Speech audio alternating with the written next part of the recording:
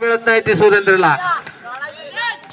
उपांत्य फेरीचा सामना दोन्ही संघांवरती काहीच दडपण असणार आहे या सामन्याचं. आणि एक सोरटी धाव घेण्यात यशस्वी होतो तो अनिकेत आणि सुरेंद्र. नो बॉल एकूण 2 धावा मिळतात. संघाची धावसंख्या वाढते. संघाची धावसंख्या होते 3. अतिशय सावध आणि संयमी आणि सुरक्षित अशी फलंदाजी करतात ते सुरेंद्र आणि अनिकेत आपल्या संघासाठी आई पिंडूबाई संघासाठी. आणि आता मात्र सरळ क्षेत्ररक्षकाच्या हातामध्ये चेंडू जातोय. क्षेत्ररक्षक त्या ठिकाणी संदेश. अनिकेत होडे स्ट्राईक एंडला खेळतो. अनिकेत होडे नॉन स्ट्राईक एंडला खेळतोय. सुरेंद्र पाचकले पुढे सरसावून मारलेला फटका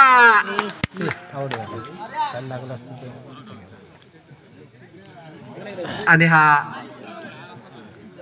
फलंदाज बाद होतोय. स्पर्धेच्या नियमानुसार हा फलंदाज बाद होतोय.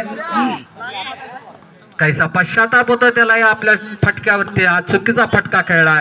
एका महत्वाच्या सामन्यामध्ये एक चांगला फलंदाज माघारी परततोय. त्याची जागा घेतो तो वैभव. हा मात्र एक आक्रमक फलंदाज.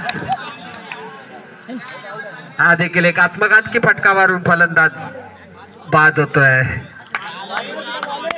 आणि आता मात्र त्याची जागा घेतो तो रुपेश. अतिशय नाजूक स्थितीमध्ये संघ असताना 2 फलंदाज तंबूच्या आश्रयाला परततात पिंडूबाई शिरगाव संघाचे. रुपेश एक.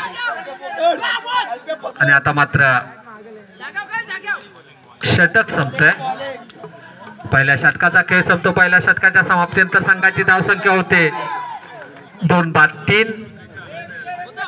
2 बाद 3. आई पिंडूबाई शिरगाव संघाकडून स्ट्राईक एंडला खेळतोय. एक दर्जेदार असा फलंदाज सुरेंद्र आपल्या संघासाठी अतिशय सुरेख फलंदाजी करतोय. 1 धाव घेतोय. 1-1 धावांशी संघाचा धावफलक खालता ठेवतोय. संघाच्या धावसंख्येत भर पडते. संघाची धावसंख्या होते 4. अतिशय सुरेख फलंदाजी करतोय. कोणताही आक्रमक रूप धारण न करता शांत संयमी आणि सुरक्षित अशा धावा घेतोय. तो आपल्या संघाच्या खात्यामध्ये धावा जोडतोय. आणि हा मात्र एक चुकीचा फटका म्हणावा लागेल. तो सुरेंद्रचा एक आत्मघातकी फटका म्हणावा लागेल. सर्व फलंदाज काहीसे आत्मघातकी फटके मारून स्वतःची आत्महत्या करून या ठिकाणी घेत आहेत. असं दडपण येत आहे ते मात्र पिंडूबाई शिरगाव संघाच्या फलंदाजांवरती.